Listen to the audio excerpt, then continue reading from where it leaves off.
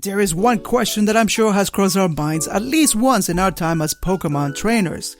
Who holds the title as the strongest Pokemon? Is there even a definitive answer? My buddy Michael covered this intriguing question, and in the end it came down to legendary Pokemon. But I'm not going to spoil it, you guys should really watch it. But that left me wondering, who will take the title as the strongest non-legendary Pokemon? Join me in my top 5 countdown to try and find out the answer.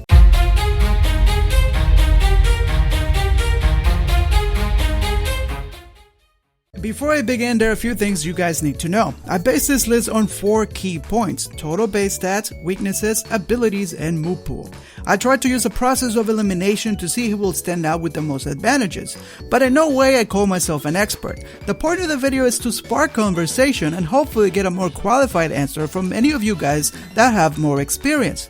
In the process, everyone turned out to be a Mega Evolved Pokemon, hence the title of the video.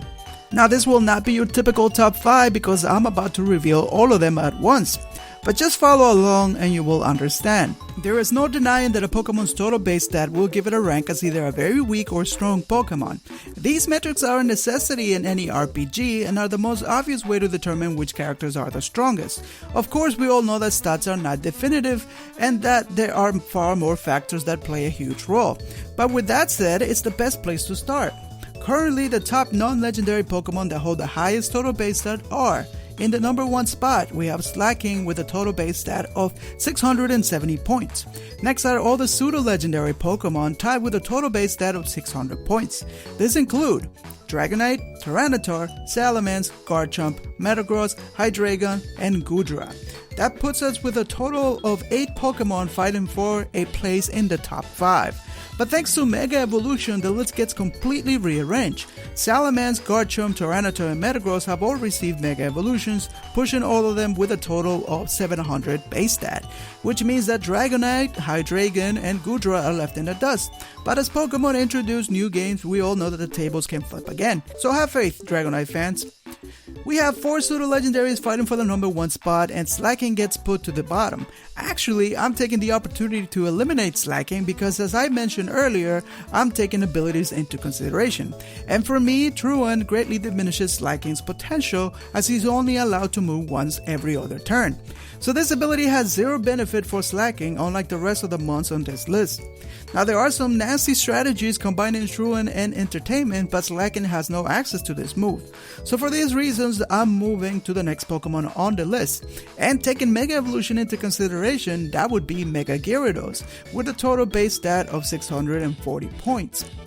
Fun fact: Mudkip is the mascot of my channel, and Mega Swampert almost made it to the list. He was the next one in line with a total base stat of 635 points. That would have been epic. Alright, ladies and gentlemen, we have our list. 4 tied pseudo legendaries and the only Gen 1 Pokemon, Gyarados. Now I want to make it clear, so far this is just based on total stats. It does not mean that these Pokemon are invincible. There are many other Pokemon that can wreck them by exploiting their weaknesses. A good example would be Mega Heracross, which was brought to my attention by my good friend Dan, who has a lot more experience than me in battles. Mega Heracross has the second highest base attack out of all Pokemon, and his move pool could easily wreck a bunch of the Pokemon in this list. However, I want to take total base stat points as a definitive factor because it gives us a more well-rounded Pokemon, rather than just the ones that excel at one particular stat. And the numbers do not lie, these Pokemon hold the highest base total stats. So rather than facing these Pokemon against all the rest, I decided to take the rest of my key points to face them against each other, to see who would hold the title as the strongest. And if you're more into Pokemon battles, you should check out my buddy Dan, his channel will be in the description below.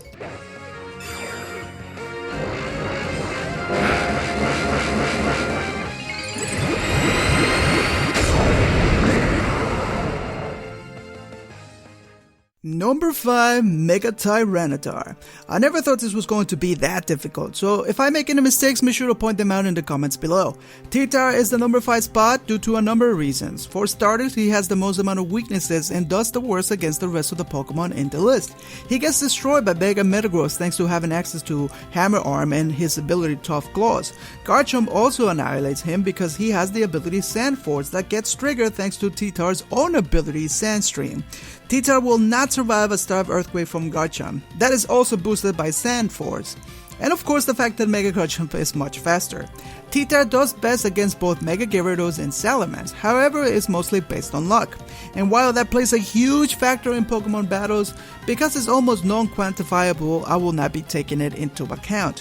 What I mean by that is that even though Teta has a 31% chance to one-hit KO Mega Salamence with an Ice Punch, that means that 2 out of 3 times he will be getting wrecked by an Earthquake from Mega Salamence, because he is much faster and will be able to hit him twice.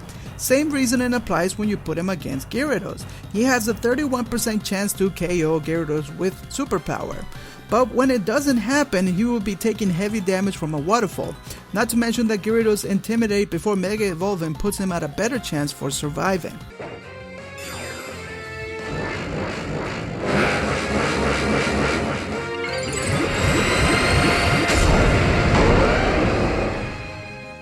Number 4, Garchomp. I feel like Garchomp could easily be the number 3 spot, but he didn't make it for one main reason that I will discuss later.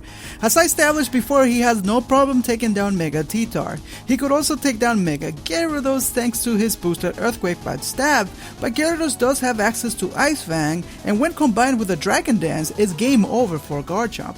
It's too bad because Mega Garchomp has the least amount of weaknesses out of everybody in the list.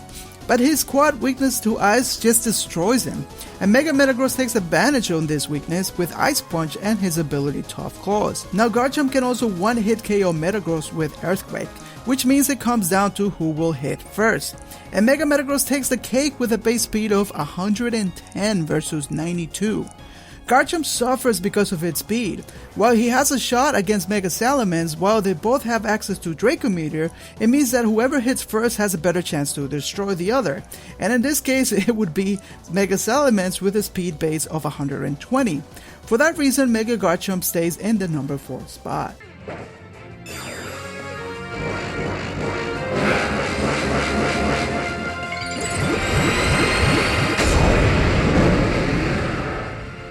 Number 3, Mega Gyarados.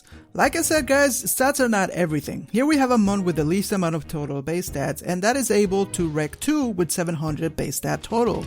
And he could have been much higher on this list if it wasn't for the last 2 Megas. These fights are very close, so I tried my best to be as accurate as possible. Mega Gyarados could take out Mega Metagross with 1 Stab Crunch, only if he pulls off 1 Dragon Dance. This will make it a guaranteed 1-hit KO, and he will most likely survive 1 Hammer Arm from Mega Metagross, as it only has a 12% chance to one-shot him. In this scenario, Gyarados will be so close of claiming victory if it wasn't for one tiny problem. Mega Metagross has access to Bullet Punch. When combined with Tough Claws, for the majority of times, it is more than enough to finish the job.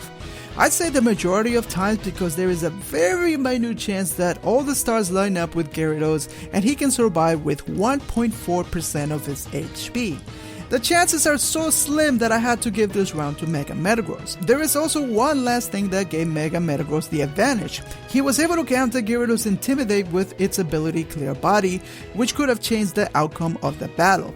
So what about Mega Gyarados and Mega Salamence? One may think that Iceman could wreck Salamence, but unfortunately with a 65 base attack, it's not enough to one-shot him. And while Salamence does not have any moves that could do the same, his ability Aerolite gives him the edge. This cool ability will turn any normal moves into flying types and increase their damage by 30%, on top of any stab. This means that the move Double Edge is Mega Gyarados' greatest threat, and while Gyarados has access to Dragon Dance, so does Salamence, and in this case it comes down yet again to who will hit first, and of course Mega Salamence outspeeds any day. With the top 3 Pokemon out of the way, it has come to the finals. Only one of these 2 Pokemon will emerge as the victor. Who will it be? Find out next time on Dragon Ball Z. Just messing with you guys. We have come this far and it's time to settle this once and for all. The truth is that the last battle is in fact the easiest one to decide. While Mega Salamence is faster and has access to Earthquake, Metagross' bulky defense assures that he will survive at least 1 hit. And no matter how you put it, 1 Ice Punch from a Tough Claws Mega Metagross is a guaranteed 1-hit KO. The strongest non-legendary Pokemon is the one and only Mega Metagross. So to recap, Mega Metagross destroys Mega Teta with one Hammer Arm. He wrecks both Mega Garchomp and Salamence with one Ice Punch. And the only threat gets outwitted with Clear Body and Bullet Punch. Well, there you have it guys, I hope you enjoyed the video, and of course, if you have a valid reason to disprove my claim, make sure to let us know in the comments below. I might have missed minor details, but overall, I hope it wasn't that bad. Like I said in the beginning, the point of the video is to spark conversation, so I'm looking forward to reading what you guys have to say. Thank you so much for watching, and until next time, Pokemon fans.